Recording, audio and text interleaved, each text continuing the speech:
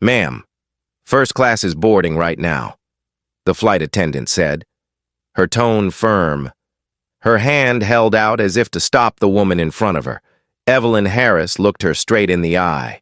I know, she said calmly. This is my boarding group. The attendant didn't move. Her eyes scanned Evelyn, her pressed navy pantsuit. Her natural gray hair pulled into a tight bun. Her carry-on luggage tucked neatly at her side.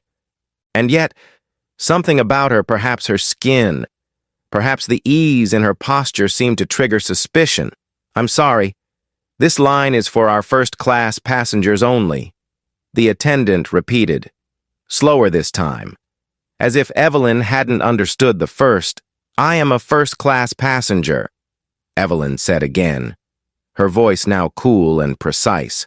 She reached into her bag and pulled out her ticket. Presenting it like a legal exhibit in court, the attendant barely glanced at it before stepping aside, muttering something under her breath that Evelyn didn't quite catch. But the sting was already there. As she stepped into the cabin, the energy changed. People glanced up from their phones, their neck pillows, their morning newspapers. Some stared too long. Others looked away too quickly. She'd experienced this before, not often, but enough to recognize the weight of it. The sense that her presence in that space, plush seats, linen service, champagne in crystal glasses required explanation, as if she were lost, or had taken a wrong turn, or worse, had stolen something. She approached her seat, 2A, and placed her coat in the overhead bin with care. Before she could sit, another attendant arrived, this one younger, her expression pleasant but distant. Excuse me, ma'am, she said, are you sure you're in the right seat? Evelyn didn't flinch. I am, 2A, first class. She held up her boarding pass again. The attendant examined it, then forced a smile. Oh, I see. It's just, we usually have a frequent flyer who takes this seat on this route. Evelyn raised an eyebrow. And it's just that Mrs. Weatherford usually sits here, the woman said. Glancing down the aisle, Evelyn turned to see a white woman in her early 70s, impeccably dressed, lips tight, eyes narrowed. She was standing 2 rows away, arms crossed, looking at Evelyn as if she were a stain that had somehow made its way onto fine linen. I always sit there, the woman said to no one in particular, but loudly enough for everyone nearby to hear. It's practically mine. Evelyn sat down, adjusted her blazer, and crossed her legs. Not today. What happened next unfolded with the slow-motion clarity of a nightmare. The younger attendant returned 5 minutes later, this time accompanied by a male flight supervisor. His tone all forced civility and practiced condescension. Ma'am, he said with a tight smile, we're hoping to resolve a little seating issue. Mrs. Weatherford is one of our long-time passengers, and she's used to sitting in 2A. Would you mind switching to 4C? It's still first class. Evelyn looked him in the eye. I paid for 2A. I selected 2A. I arrived early and boarded properly. Why should I move? He hesitated. It's just a courtesy we extend to loyal flyers. I'm a loyal flyer too, she said. And frankly, what you're doing right now doesn't feel like courtesy. It feels like something else entirely. He glanced at his colleague, clearly uncomfortable. Ma'am, I'm not trying to make this into an issue. It already is one, she said. By now, the cabin had grown quiet. Passengers pretended to check their emails or look out the window. But many were listening. A few pulled out their phones. Then came the final blow. The supervisor left, only to return moments later with the captain. He stood over Evelyn's seat, arms crossed, eyes stern. Ma'am, he said, we need you to cooperate with the crew. Cooperate, she repeated, by giving up the seat I paid for. So a white woman who didn't reserve it can have it instead. The captain didn't answer. He just motioned to the aisle, where 2 uniformed airport security officers now stood. Evelyn breathed in slowly. If you're going to remove me, I suggest you do it gently, and I suggest you know exactly who you're removing." One of the officers stepped forward. "Ma'am, we're going to need you to come with us," without raising her voice, without so much as a tremor in her hands. Evelyn gathered her purse, unbuckled her seatbelt, and stood. The first-class cabin watched in stunned silence as she walked the length of the aisle. Escorted like a criminal from a seat she had rightfully claimed, she didn't make a scene. She didn't cry. She didn't argue. But something in her gaze as she passed the crew steady, unblinking, made it clear the matter wasn't over. 10 minutes later, inside the terminal, Evelyn made a phone call, not to a lawyer, not to a journalist, but to someone far more consequential. The woman on the other end of the line answered on the first ring. "Activate the file," Evelyn said calmly. "We're moving forward." "What happened?" the voice asked. "They picked the wrong woman." Evelyn replied, "Now let's show them why that matters." The hallway just beyond the gate was quiet. But Evelyn Harris didn't pause to catch her breath. She walked with the calm certainty of someone who had spent her life confronting discomfort with discipline. Her heels clicked against the polished floor as she made her way toward the nearest lounge. Every step measured, deliberate. She passed a cluster of travelers who had witnessed the incident and now murmured quietly among themselves. A young woman with a baby offered a soft nod of sympathy as Evelyn passed by. Evelyn returned it with a small nod of her own, but kept moving. There was work to be done. She stepped into the lounge reserved for premium passengers, greeted the desk agent with the same grace she offered everyone, and requested a quiet area to make a phone call. The agent, who had heard whispers of the situation from colleagues at the gate, offered a private room without hesitation. Evelyn entered, closed the door behind her, and took a deep breath. She didn't shout. She didn't rant. Instead, she reached into her bag, retrieved her tablet, and typed a short message into a secure legal communication platform used by her team. Moments later, her assistant responded with a single sentence: "All documents are ready. Video evidence is uploading." While Evelyn waited, she opened a folder in her bag, a well-organized leather case labeled with tabs: "Flight itinerary," "Correspondence," "Airline contract." The last one was the most important. For the past 9 months, Evelyn had served as the lead compliance auditor for a federal oversight committee tasked with evaluating discriminatory practices in commercial aviation. What the airline crew had failed to realize, in their rush to appease a familiar face and preserve a fragile routine, was that they had just violated federal non-discrimination guidelines in front of multiple witnesses and cameras, and had done so to the one woman uniquely positioned to hold them accountable. As she reviewed the documents, her phone buzzed. A new message. Attached was a video, just under 4 minutes long, recorded by a passenger seated across the aisle. Evelyn watched it once in full, then again, noting every word exchanged, every shift in tone.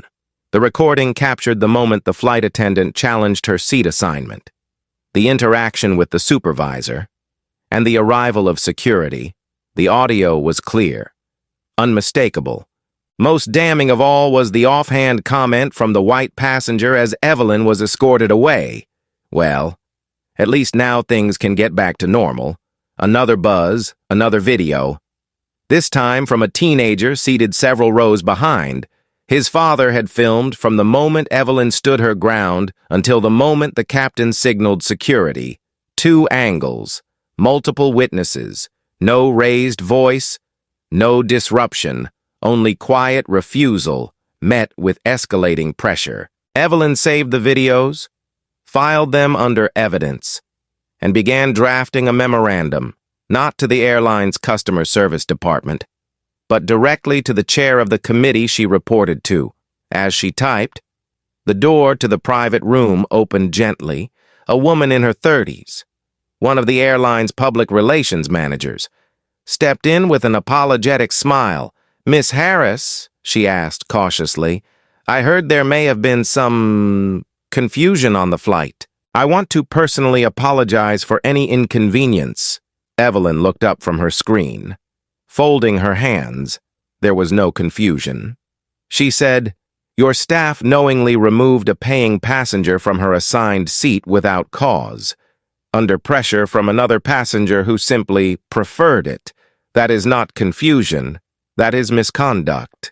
The woman's smile faltered. "I understand, and I truly am sorry. We'd like to offer you a voucher." Evelyn raised one hand, and the woman stopped mid-sentence. "This is no longer a matter for vouchers. Please inform your legal department that they'll be hearing from my office before close of business today. I suggest they make themselves available." The PR representative stood frozen, unsure whether to apologize again or retreat. Evelyn returned to her work without dismissing her directly. The woman got the message and quietly stepped outside the lounge. The story had already begun to spread.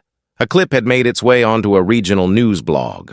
The headline was simple: "Retired judge removed from flight over seat dispute."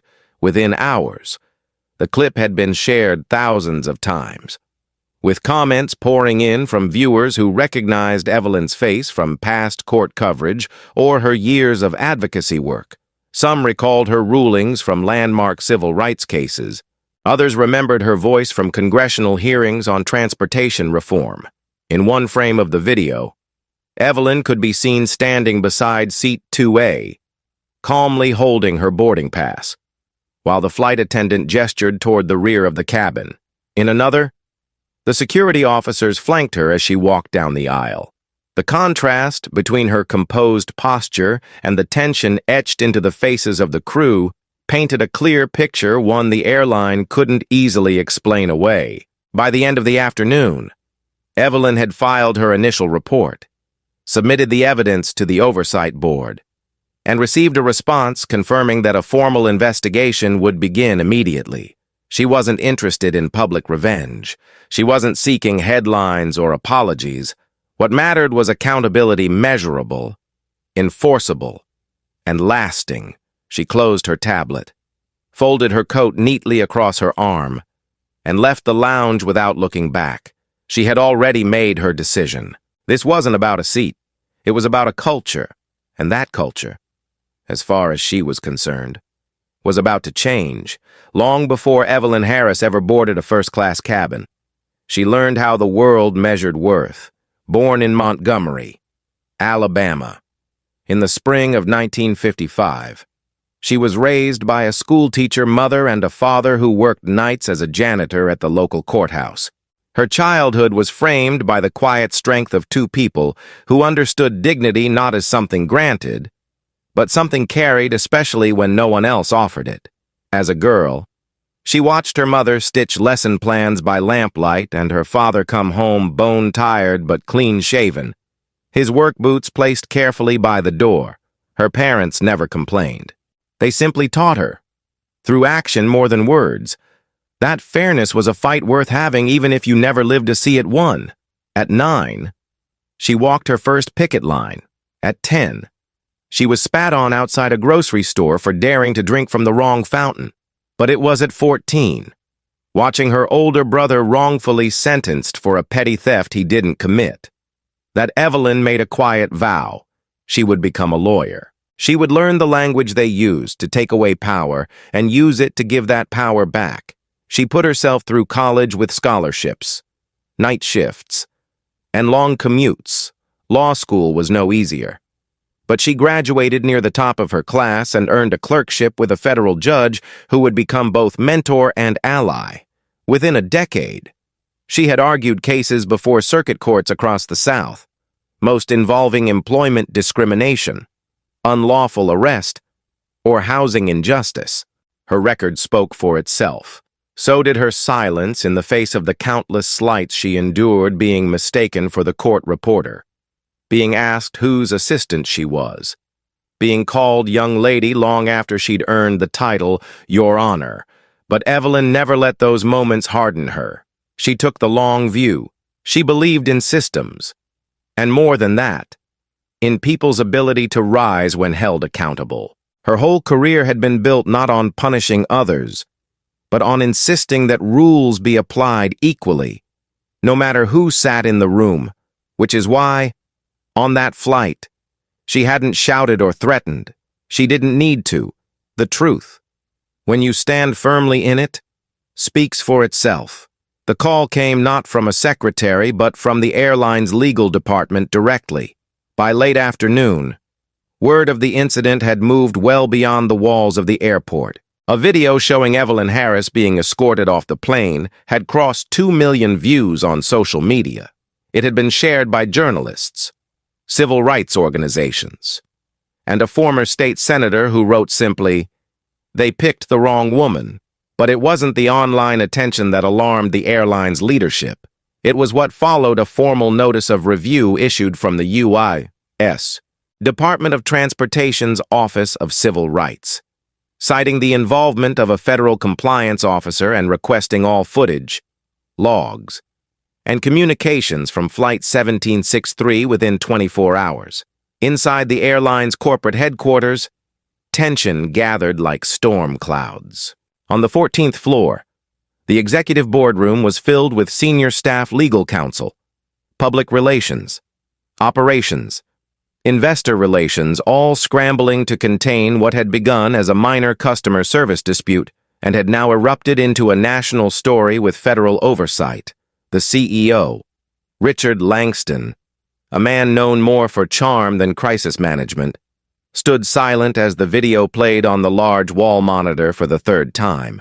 The camera caught everything: the polite tone of Evelyn's voice, the rigidity of the crew's posture, the unmistakable discomfort in the cabin as passengers watched in stunned silence. There were no raised voices, no threats, no erratic behavior from the passenger in seat 2A, just calm refusal met with institutional discomfort. Langston turned to his legal advisor. "Has anyone contacted the passenger directly? We tried," she said. She declined to speak and referred us to her office. Her office, he repeated. "She's not just a private citizen.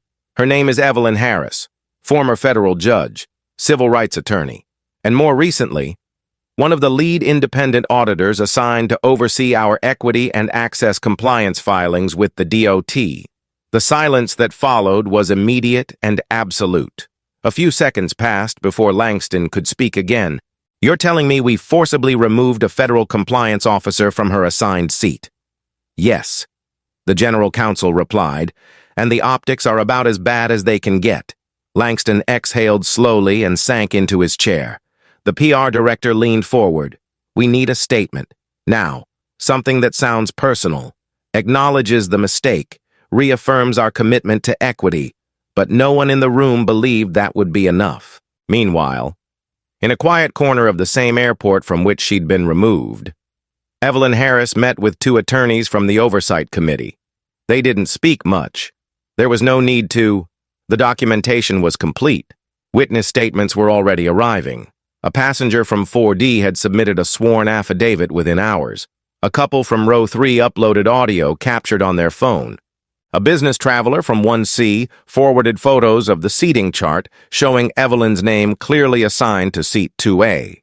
There was no ambiguity, no confusion, and certainly no justification for her removal. But Evelyn had no interest in public spectacle. She wasn't looking for press coverage or interviews. What mattered to her was structure, accountability, the mechanisms through which systems corrected themselves. She didn't want one flight attendant reprimanded and one captain placed on temporary leave. She wanted the airline to feel the weight of institutional failure and to respond accordingly. Back at headquarters, a second video began circulating among senior staff. This one showed the aftermath of Evelyn's removal. The woman who had claimed the seat, now comfortably sipping champagne, was overheard saying, "I'm glad that's settled. People should know their place." The words were clear. The intent was unmistakable. The recording made its way to Evelyn's office before it made its way to the public. Her team made the decision to release it the following morning. The effect was immediate. News outlets picked it up by noon. By 2 o'clock, the stock had dropped 11%. By evening, it was 16. Institutional investors began issuing quiet warnings. A coalition of non-profit advocacy groups announced a public boycott. That same afternoon, Langston's office line rang. It wasn't the media. It wasn't a politician. It was Evelyn Harris herself. "I'm calling to request an emergency meeting with your board," she said calmly. "Yes, of course," Langston stammered. "When tonight? Your offices, my counsel and team will be present. So will several members of the Transportation Oversight Committee.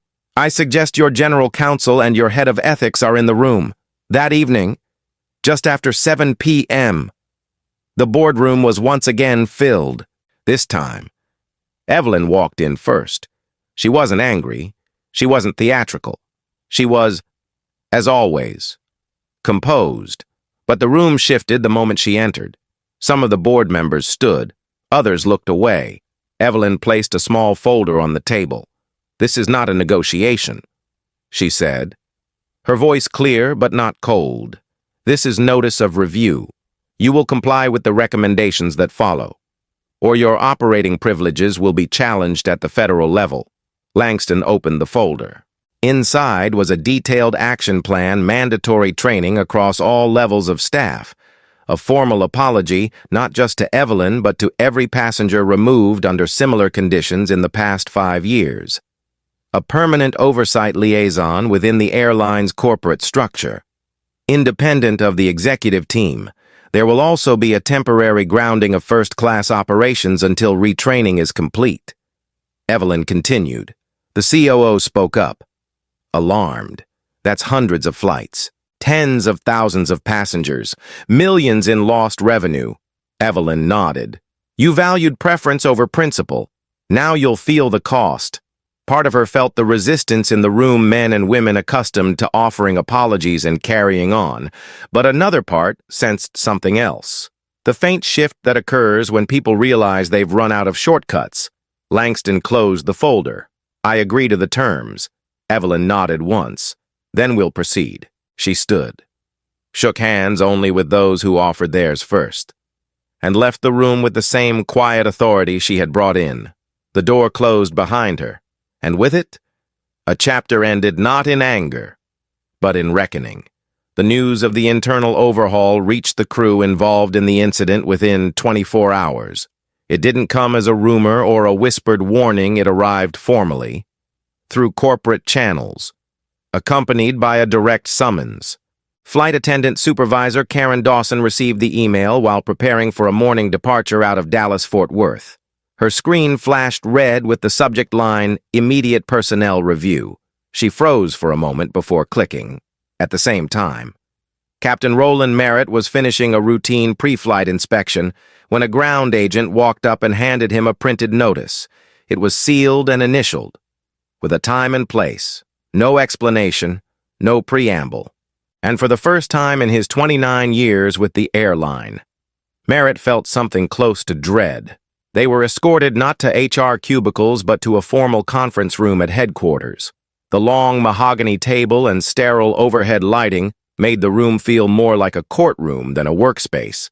At the far end sat the company's vice president of ethics and compliance, flanked by 2 representatives from legal and 2 from human resources. There were nameplates, transcripts, copies of policies, and an open laptop displaying video stills. Images paused on each of their faces during the confrontation with Evelyn Harris. Karen sat stiffly, arms folded. Captain Merritt, usually composed and amiable, looked 10 years older than he had the day before. The third person seated with them, lead flight attendant Brianna Shaw, kept her hands folded tightly in her lap, saying nothing. The VP of Compliance began without ceremony. "We are here to inform you that your conduct on Flight 1763 is under official review, following the confirmed removal of a first-class passenger in violation of federal travel regulations and company policy. This review includes video and audio documentation, as well as multiple eyewitness accounts." Karen shifted in her seat. "We were following procedure. That seat is usually assigned to Mrs. Weatherford. She's one of our top-tier clients. I was trying to prevent a confrontation. You created one." The VP replied calmly, "Not by enforcing safety regulations, but by enabling bias. The passenger you removed held a confirmed ticket, valid ID, and met every condition for that seat. You prioritized personal preference over policy, and in doing so, you violated not only this airline's standards, but federal law. Captain Merritt cleared his throat. I relied on my crew's judgment. I didn't see the initial incident. I was told there was a disruption, and you did not verify. The attorney replied, You acted on assumption, not fact. That's not acceptable for someone in your position. Brianna finally spoke. Her voice was soft, but steady. I knew it was wrong. She said, When I saw her boarding pass, I knew, but I didn't say anything. I didn't stop it, and I regret that more than anything. The room fell silent for a moment. Then the HR officer spoke. Effective immediately. You are being placed on administrative leave pending final termination procedures. You will receive written notice within 72 hours. Your access credentials have already been deactivated. Security will escort you to collect your belongings. Karen's eyes widened. Terminated. After all my years with this company, you made a choice, the VP said quietly, and it cost us dearly. Within hours, news of the internal firings leaked. The airline issued a statement confirming the terminations, citing violations of non-discrimination protocols and failure to uphold ethical standards. But by then, the damage had been done. The crew members found themselves named in articles, tagged in social media posts, and criticized by thousands of viewers who had seen the videos. For some, it was a public reckoning. For others, it was a personal collapse. Captain Merritt quietly submitted his early retirement paperwork and withdrew from all industry committees he once proudly served. His email inbox filled with rejections from smaller airlines positions he had once considered beneath him. Karen attempted to defend herself in an open letter to a local newspaper, but it was met with more backlash than sympathy. Brianna, now jobless, returned to live with her sister in Nevada and began researching career paths that didn't require a uniform or a name badge. Yet the consequences didn't stop with the individual crew. The airline's board of directors, under intense scrutiny, demanded a full audit of first-class booking and complaint records over the past 5 years. The findings were troubling. There were repeated patterns, passengers of color being reassigned, questioned, or removed from premium seats more frequently than others. In some cases, those changes had been documented as preference adjustments or conflict avoidance. The terms had seemed innocuous at the time. Now they read like codes for quiet discrimination. The board mandated sweeping reforms. First, every staff member, from check-in agents to flight captains, would undergo mandatory civil rights and bias training, designed and led by an independent body. Second, the complaint resolution system would be rebuilt from the ground up, with anonymous reporting mechanisms and third-party oversight. Third, a restitution program was introduced for passengers who had previously filed discrimination complaints, including travel credits, formal apologies, and in some cases, direct compensation. More than 6,000 employees were scheduled to attend mandatory training sessions over the next 90 days. Evelyn Harris, though not involved in their design, was present for the launch of the program. She stood at the back of the auditorium, hands clasped lightly in front of her, and listened as the CEO addressed the staff. This isn't about protecting the company's image. He said, it's about restoring the company's soul. The message was clear: there would be no return to business as usual. Not for the employees who had crossed lines, and not for the passengers whose faith had been broken. Still, there were moments of grace. In one training session, a young gate agent stood up and shared her own story of being told to watch her tone when advocating for a black family whose seats had been switched without explanation. She spoke with courage. And in the room, she wasn't alone. The firings were necessary. The reforms were overdue. But the deeper change, the cultural shift that Evelyn had hoped for, had only just begun. And while the airline's public statements would carry the official tone of apology, the true measure would be what happened next, when no one was filming, when no stories were trending, and when the quiet moments tested whether dignity would prevail over convenience. Change didn't come easily. It rarely does in systems that have operated for decades on quiet assumptions and unspoken rules. But under pressure, the airline began to shift not in surface-level gestures or temporary policy changes, but in meaningful, structural ways that altered how it saw itself and how it treated others. A comprehensive retraining program was launched, not just for public relations or compliance, but because something deeper had been exposed, something that required more than apologies to repair. Every single employee, from top-level executives to overnight cleaning crews, was scheduled to participate in a new mandatory equity program spanning 48 hours of instruction and scenario-based simulations. Sessions were held across multiple hubs, requiring the airline to briefly ground certain routes, including all first-class services for 72 hours. That decision alone cost the company millions in lost revenue and penalties, but it was not optional. It was the price of rebuilding public trust. The program itself was rigorous and often uncomfortable. Employees were shown footage not just of Evelyn Harris's removal, but of other documented incidents involving subtle or overt bias over the years. They were asked to sit with those images, to identify the moment where protocol had been replaced by prejudice, and to reflect on what they would have done differently. The goal wasn't to shame, it was to reckon. In one session, a baggage handler from Chicago stood up and admitted that he used to quietly assume certain passengers didn't belong in priority lines, based on how they dressed or what language they spoke. In another, a senior pilot said he realized he had never once questioned an assignment change that disproportionately affected women of color. Supervisors were taught not only how to recognize discriminatory behavior, but how to respond to it without defensiveness. Managers were instructed to listen, truly listen, when employees raised concerns, even if the accusation wasn't easy to hear. Most importantly, crew members were empowered to speak up when something felt wrong, even if it meant challenging a superior.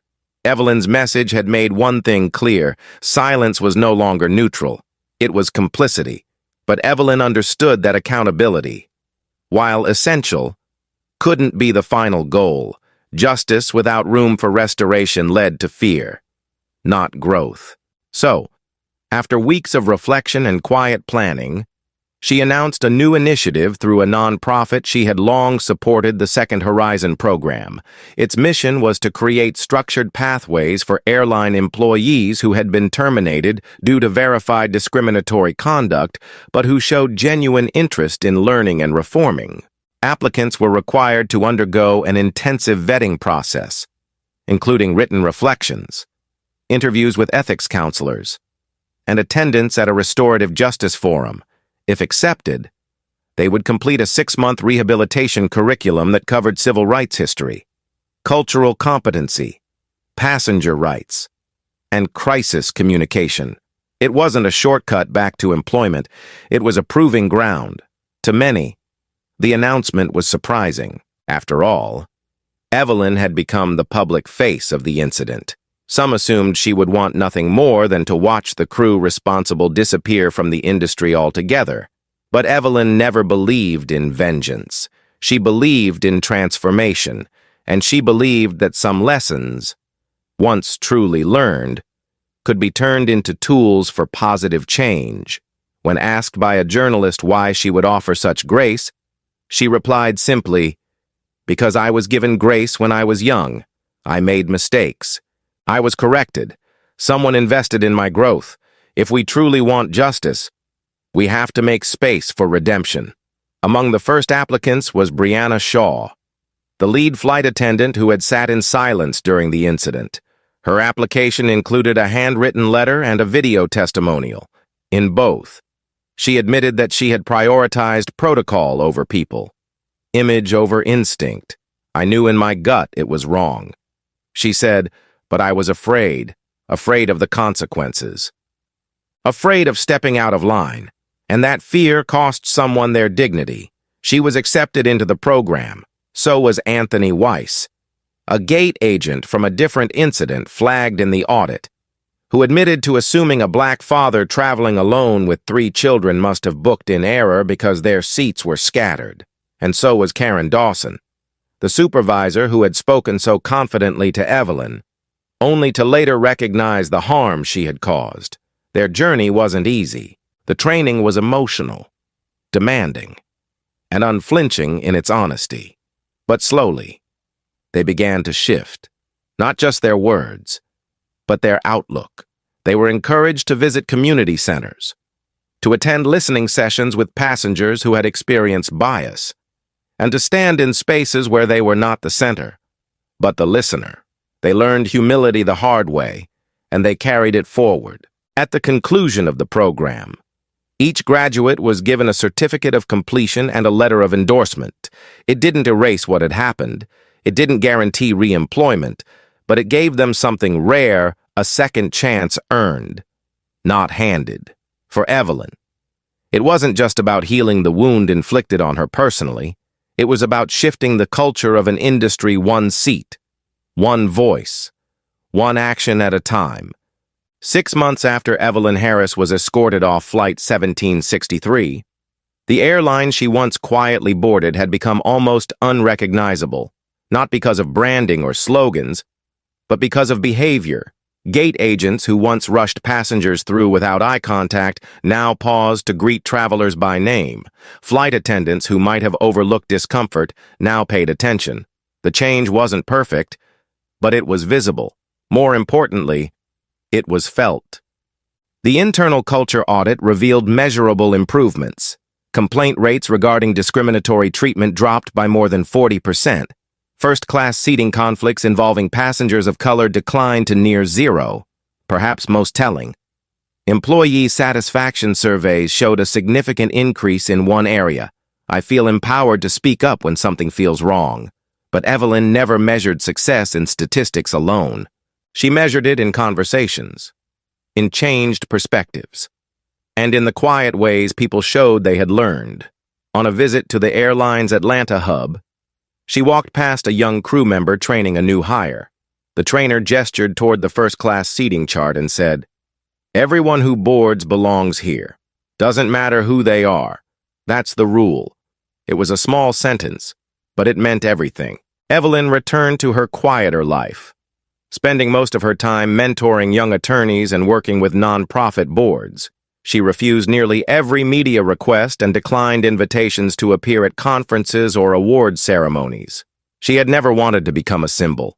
She had only wanted to hold one seat that was rightfully hers and, through that act, protect the dignity of others who might never get the chance to defend themselves. In her home office, she kept only one memento from the ordeal, a printed still from the video taken by a passenger during her removal. In it, she stood tall, purse over one shoulder, expression composed. Behind her, a dozen passengers watched, silent witnesses. She didn't frame it for pride. She kept it as a reminder that sometimes the most powerful form of resistance is the refusal to move, not out of stubbornness, but out of principle. The Second Horizon program continued to grow. Other industries took note. A regional train line implemented a similar model. A hotel chain reached out for consultation. The idea that discipline could include redemption began to take root in places that had long equated error with exile. As for Evelyn, she made no public declaration, no final statement. Her life remained as it had always been, grounded in clarity, calm, and an unshakable sense of purpose. She hadn't changed the world, not all at once, but she had tilted it, just slightly, in the direction of fairness. And for those who had watched what happened, those who had learned from it, and those who would come after, that tilt made all the difference. If this story spoke to you, we invite you to share your thoughts in the comments. Every voice helps keep dignity and fairness alive, and if you believe in standing up for what's right even when it's uncomfortable, consider subscribing to this channel. Thank you for watching. Stay kind. Stay steady, and never forget, quiet courage can change everything.